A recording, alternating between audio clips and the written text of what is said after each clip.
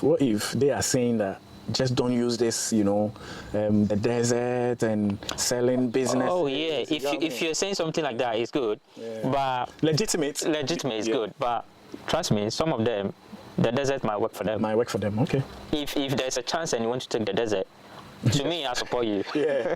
I support you because here, no matter how hard this place is, you can't compare it to Africa. Really? You can't. That's how I say it. No matter the hardship, the situation, wherever, racism, wherever, bro, it's I know people who are racking up a lot of debt, like debt. The same way there are people back home suffering. But if you compare the two sufferings, I think I will choose from here. Because upon all that, at the end of the month, you're still going to get something. For me, I think this is how my outlook about life is. I look at the things I don't have, and I'll be grateful to what I have. What you have. Yeah, and then I live simplicity. That's good. Yeah. So if you find that within Ghana, it's good for you to stay where you are. If you find that here, just do it. But if you think you're back home and it's not going on, Charlie, if you want to do something, do it. Okay. If you want to do something, do it. But not too bad to, you know, commit crime or something like that. But if you want to fly here, take the opportunity. It's good. Would you take this thing if you've come here 10 years, you're not going to school, you cannot go to Ghana because you've not got your papers, but you're using other people even when to work, and even when you are sick, you can't go to hospital. Will you take that compared to Ghana? I would still take that. I would still take that because, bro, even the transport system is good here. Everything here, to me, I watched a video of this American young woman who has been in America for some years, and then I think she's from Uganda or something, I forgot the name. And then she tried to compare both sides, using washing machine, using your hand, and then using the cars, using the firewood. And then it was like, that place is more comfortable and freedom doing the way you want to do it. Yeah, I kind of support that, because even using the firewood, you don't have to pay bills for that. But she made it here and she went back home.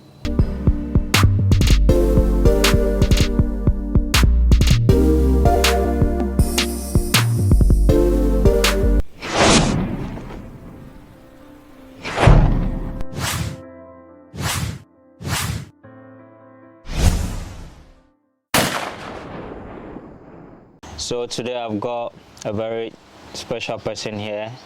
He's going to introduce himself. We've got a very nice discussion on this channel today for you guys, and I hope you're going to enjoy it. So don't skip this video, stay tuned, let him introduce himself, and then we go straight to the point, the reason why we're here. Hello guys, my name is Mickey J. I've been living in UK for nearly over 18 years now, and I am actually in the process of transitioning back to Ghana. I also have a YouTube channel called Mickey J. Collins came, and we are going to have a chat about some issue when it comes to like living abroad and trying to transition in Ghana. So I hope you enjoy it. Yeah, so Mr. Mickey, thanks for coming on the channel. Yeah, so the main discussion today is about, what do you think about the youth of today traveling abroad, seeking greener pastures, or staying back home, try hard as much as they can to make it in life? And I've watched one of your video. In your video, you make some points on that, which is very good. But it was kind of, to me, I had my own opinion. It's not easy to make it back home, but because you're on here, I'll leave it to you to give your honest opinion about the topic, and then we have a discussion as we go along. So whenever this topic comes up, I always use my experience, how I grew up in Ghana and why I traveled. So basically, I am from a less privileged family, and in Ghana, one thing about Ghana is, believe it or not, there is classism in Ghana. There's classism in Ghana. If you are less privileged somehow in Ghana, it's difficult to sometimes break into the system and, you know, achieve the goals and the ambitions that you have.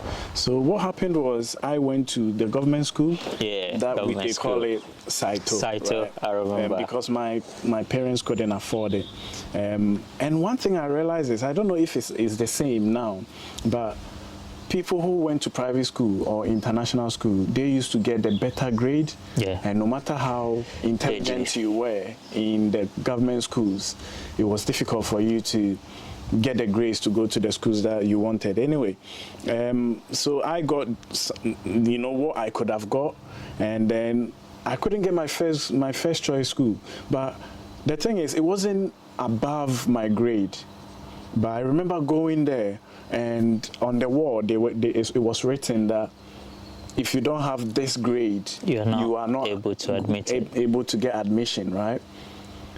Because my mom couldn't pay, I saw people who had worse grade than I did, and they had their prospectus, they had their admission letter, and we couldn't. Anyway, I managed to find myself a secondary school. I went to the secondary school. I wanted to do administration in University of Ghana. I couldn't get administration, right, because of my grade again. Your grade again.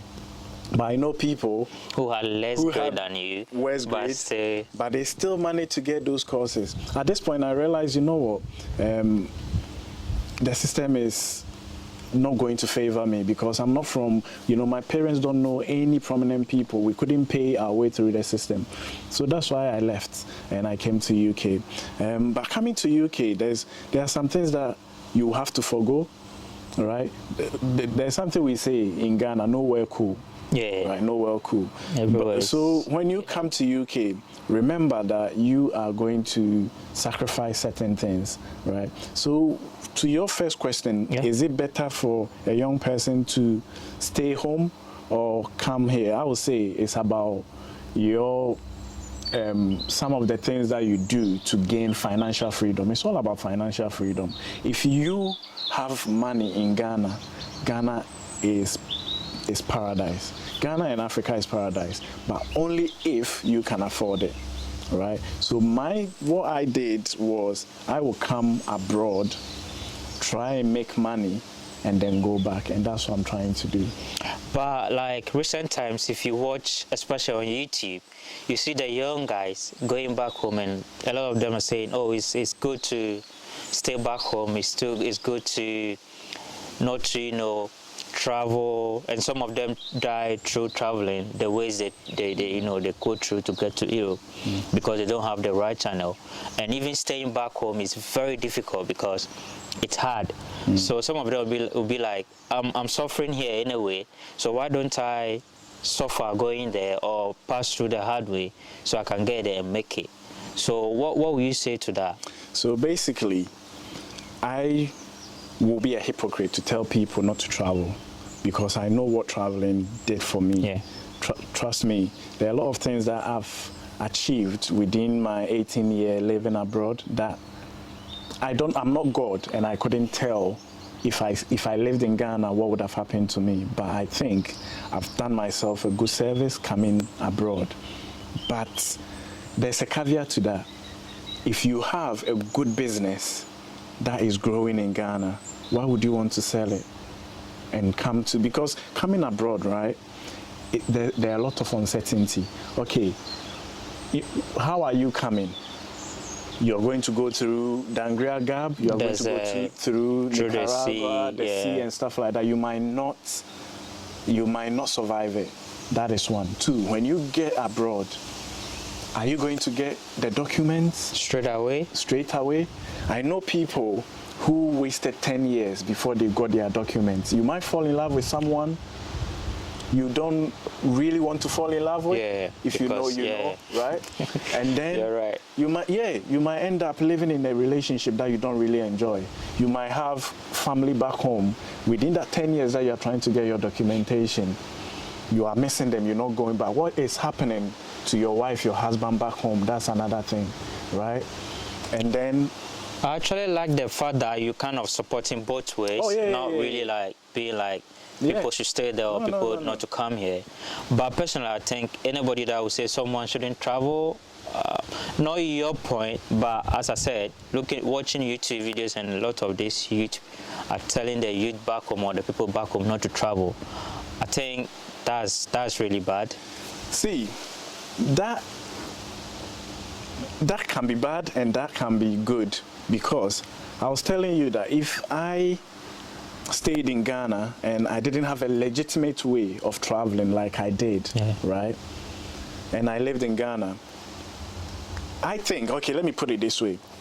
if you gave me two scenarios, stacking it up and making it in Ghana, and coming abroad and making it abroad, which one will I choose? I will stack it up and make it in Ghana. Because you know you would make it. It's kind of given to you if you know, yeah. So how can you make the probability more so that you make it in Ghana? Learn. First of all, you need to learn. When I say learn how to increase your means, because everything is about money in Ghana. So if you are able to get... It's not about the learn that you graduate and have first class and all that, right? No. Just find a way that you can make money. Learn. 3 years ago, I didn't know that there are ways online to make money, right? So you have to learn. You have to... There are guys in Ghana working remotely abroad. I know a friend of mine, I was talking to a friend of mine yesterday. He works for UN. We went to the same secondary school. When I was growing up, I didn't think someone can live in Ghana and work for UN. And he's being paid dollars. He was in Gambia when I was speaking to him. And he was telling me that, oh, my brother is in UK. It seems like you UK people, you are poor. As a boga for Munisi Kebisi. Oh, yeah. Yeah, you said that. There are ways and means you can make in Ghana as well. A lot of people are saying that, but imagine you didn't travel, you didn't have the chance to travel.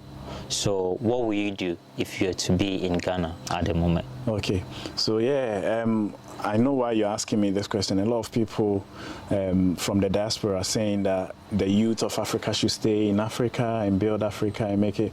I've lived in Ghana before, and when I was growing up and the way the educational system programmed me, I thought I was at a dead end. If I was to do it all over again and you are stuck whilst you are looking for a legitimate way to travel to the West, these are some of the things I'll do. One, I'll live within my means, right? Sometimes people say they are poor. You hear people say they are poor, yeah, but they still eat. They'll eat, right? Yeah. They'll still eat. You're right. Yeah. Sometimes when people say they are poor, what they are trying to say is they are low in status. It's not necessarily they are going to slaughter their kids and eat them. Thinking of that, it's really reality. Actually, if someone said they don't have money or they don't eat, it's actually happening. It's actually happening. It's happening. Unless what I'm trying to say is be on the ground before you know, because we see people talk a lot of stuff on social media especially. But these people, some of them have not actually been on the street or on the ground to see what's really going on. I've been on the street and on the ground, right? I'll tell you as a kid, some of the things I did and I made money. I lived close to Sports Stadium, Kumasi Sports Stadium. And every time there was a game, right, and people brought their cars, in front of my granddad's house, I made a video about that house, right? Yeah. In front of that house, I will, even before the day, I'll tell people, this is my space, right? And I'll let people come and park in front of that house. And then I'll tell them, I'll look after this car for you whilst you enjoy your game, right? As soon as they go inside, I'll have about plenty cars in that space. Sometimes I'll wash it for them when they come. After washing it, I'll make sure I wash it.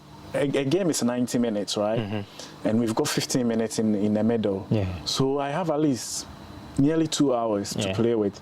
I used to use about 1 hour to wash the cars. I'll go and watch the game, the ending of the game, and before they come out, I'll be there charging them for my services, right? You can sometimes intercolleges, we call it interco. Interco, when they go for sports when they do the sports, right? Program and all that. We had, well, my mom and my dad didn't have freezer, but my auntie who raised me, my uncle, they had freezer. We used to buy rubber, you know, plastic. Yeah, the plastic. And then put water in it. And make ice block. Then we make ice block. And then we'll freeze this water for people to buy. So I used to sell, right? We used to go to the neighbor, get some mangoes. Instead of eating it, I'll put it on my head. And there are a lot of stuff that you can do so that you don't have to chop yourself and eat. right? So you make sure you survive. Now, maybe you can get a menial job somewhere. A lot of people are building. You can go and do yeah, you know, by day labor job. Now, I'm not saying do it for the rest of your life, but that's when you live within your means and save money for the next step. I know this guy, we used to call him Coinsman. Coinsman, what he was doing, I don't know if people still do it. So he will sit by the roadside, right, with loads of coins, change, right? So the drivers, they will have big 100 cedis and they will change it because they still do it. They still do it. I know that. So every change, Coinsman used to get maybe 10 cedis from every 100 cedis. So he will give you 90 and then you give him 100. And they were happy with that trade. By the time I realized Coinsman had a motorbike, right? By the time I realized he sold a motorbike and he had a taxi. I don't really know where he is now, but from where he was going to that stage is you know what I mean? It's a progress. But Coinsman wouldn't hold a smartphone. Coinsman made sure that when someone finished, you know, when fufu we pound it, right? So when someone wanted to eat fufu and they didn't have strong men like me and you, Coinsman will go and pound the fufu. And that evening, his supper is sorted. Because after pounding the fufu, he's going to get that. So that money that he was going to go to a restaurant to go and buy food, he gets it for food. So you have to learn how to walk before you can learn how to fly. But one thing is, when a lot of people say, there are a lot of people who are crying poor, right? I'm not saying they are not poverty, they are poverty. I felt poverty. But when I was going to secondary school, I never went to secondary school with provisions. Everybody, and I'll tell you, there were some kids, when I say provision, I mean grocery, you know, grocery. Why are you being fed in the school dining hall, right? And you still need money for provision. And I know a lot of people who wouldn't go to school until their family gave them, their parent gave them provisions money. I didn't, right? So sometimes you need to learn to cut. So I was always going to the dining hall. And actually, I came back, I was one of the people who went to secondary school and gained weight.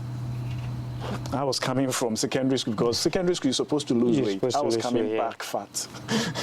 Right? That's so surprising. It's because you live within your means. You live within your means.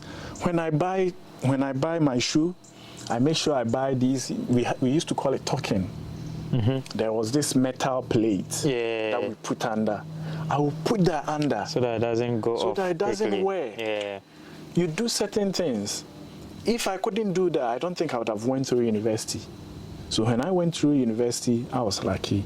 I traveled, right? But every money I made, I didn't spend it on shadows. I didn't spend it on outfits. I use it. So you can do things. But I've spoken a lot about this. I've spoken so much. But some of the things you have to do nowadays, live within your means. Learn. Ask people how you can make money online. There are lots of people making it. Kojo Sheldon, you know, there are people who live in Ghana and they are working online remotely. Learn how to crack the code and do it that way. And then increase your means. When I say increase your means, try and when you get the money, invest in other things. Farming. I'm happy you mentioned Kojo Sheldon. You didn't mention Wadimaya. Wadimaya traveled, so that's why he's out of there. But people like Kojo Sheldon, Zion Felix, they never traveled. Yeah, they made it before they These guys traveling. are making millions every month, right? And then you have to increase your means. So if you start getting the money, instead of impregnating women left, right, center, instead of trying to buy the Range Rover, the next big thing, right? Go into diversify, build apartments, farming, or something like that. Yeah, you mentioned farming. Farming is actually good, but nowadays, to venture into farming, it's money. It is, but that is when I'm saying that when you are making money, you save some money so that you put it in. Right. And you start small, and then you grow it. All right, that was a good point. So now imagine, as a you've struggled, or you've passed through the right channel and you've got here. What next? Yes, so that's very good question. One thing I'll put it out there is the fact that you've come abroad doesn't mean you are guaranteed success. You've got opportunities though to do it. And sometimes I will actually be biased to say that you have more opportunities abroad to make it. Now, don't forget about what I said. The same thing, that you have to live within your means, because one thing I've realized is in the West, it's a spending culture, right? You make money here. You make money here, you spend and then you spend it. Because we don't have, we used to, when we were in Ghana, we used to have a lot of ways of entertaining ourselves. We used to come outside, play, your next door neighbor, But over here, they entertain themselves by spending money. You have to go to the park, it costs money. I mean, like, water parks, you have to go on holidays. When in Ghana, there's someone say, oh, it's been a year, I've not traveled, and they become depressed. No. But over here, if someone don't go on holiday, life is crumbling on top of them. You got me? So when you come, I'm not saying scrounge yourself and, live like a rat, no. I would like to make this point. You coming here, it's kind of some ways, because some people come here with working visa straight. Some of them come here with student and all that, and some of them. So that is it. When I say travel legitimate, make sure that you are documented when you come in, because if you are not documented, you might waste money, a lot of money, to try and get documented. As I said earlier, you might fall in love with someone you don't want to, right? But let's say you've managed, you are working somehow. I don't know whether, let's say you are making money. Don't overindulge yourself in the spending culture. That's one thing I would say, right? Because one thing is, if you are able to save £200 in UK, that's your savings. After you've eaten, after you've paid your rent, everything, that money in Ghana is somebody's full wage. That is somebody's, net. They are now going to pay their rent out of that. You don't have to do that. Right? So that is your investment money. So imagine someone who is working in Ghana and getting 3,000 Ghana cedis, and they don't have to take anything from it. Straight up. It's something. It's good, isn't it? So that's one thing. Try and save as much as you can. And to try and increase your means. When I say increase your means, again, I'll say this before I say increase your means. I'll say this. Everything, white wedding, gender reveal parties, pre-wedding photo shoots, bridal shower, they all came to Ghana from the West. These are some of the stuff that we spend money on that our grandfathers were not spending money on. No. So in Ghana now, when you're going to get married, it's competition. After you do the traditional marriage, you have to go and do all these things. All these take money off you. But do you know, a lot of people see these things as need. They don't see it as want. No. You see, all these, when you come here, will be in abundance. So don't get into that. Try and stay away from debt and save money. And increase your means. How do you increase your means? Spend money on assets, something that will give you extra money. Because this country is good when you are strong. As soon as you become weak, you become a liability, and you will not enjoy it. Now the cold hits harder. Now the arthritis hits harder. Now your kids don't want you staying in their 3-bedroom, because they also have to go and earn a living. So you become a liability. So you want to get to a point where there's a system that will support you before you become weak. And how do you do that? Buy assets.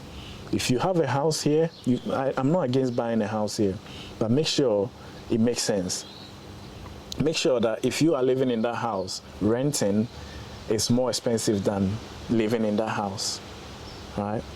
If you don't have a lot of family, you are just young person, and you have a 3-bedroom, it's not going to hurt to rent 2 rooms out. 2 rooms out.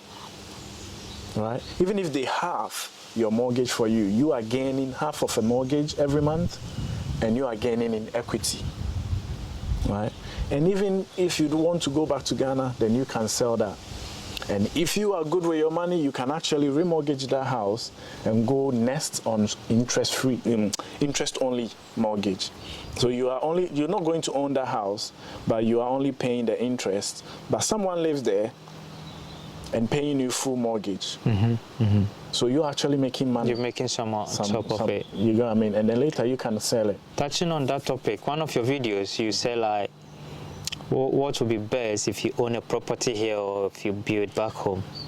What will you say to that? So, when it comes to that, one thing is when we travel abroad, it is in our DNA to build in Ghana.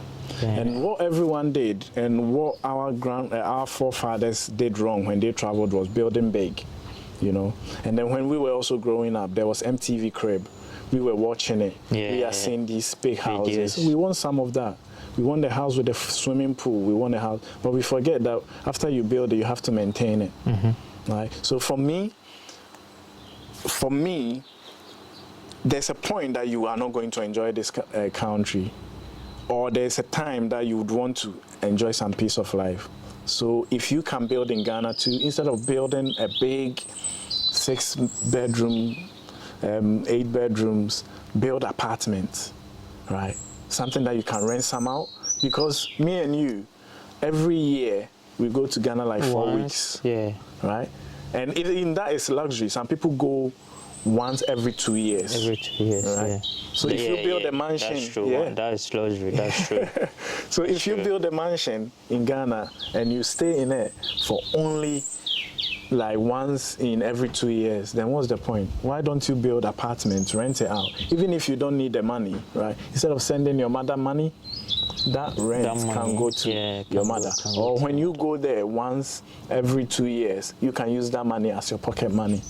The point of building back home and then trusting someone with the property or with a project, does it make sense? Well, whatever you do back home, you will need someone to trust, right? So to me, if you are building or investing back home, you have to travel back home a lot to serve as a checks and balance, right?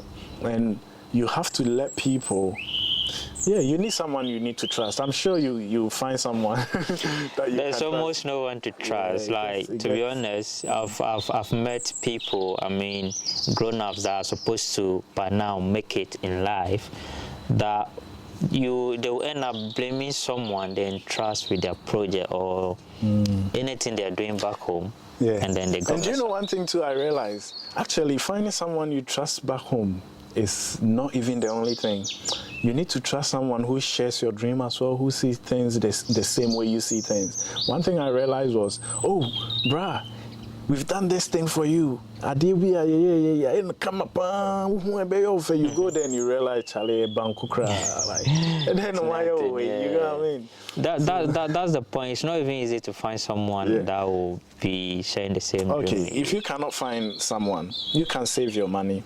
And then when you come home, just splash it. At least even when they are buying the stuff, right? When they are buying the materials, you go with them, they buy the materials. Nice. So guys, this has been a very interesting and educative conversation. This topic have actually been going on for some time. I've sat down to, think about it myself. And so what will you say? I mean, finalize everything, let's see, and I'll give my honest opinion on everything. So my final thing is, there's one thing I want to say. No matter how much you are enjoying abroad, right, you might change. You might change. Your outlook about life will change. Maybe now you are happy with all these fancy cars. If you want a car, you can get it on finance. If you want a big TV, you can get it on finance, right? But there's going to be a time that all these things, you will not enjoy it. You would want peace of mind, and that's where Africa comes in.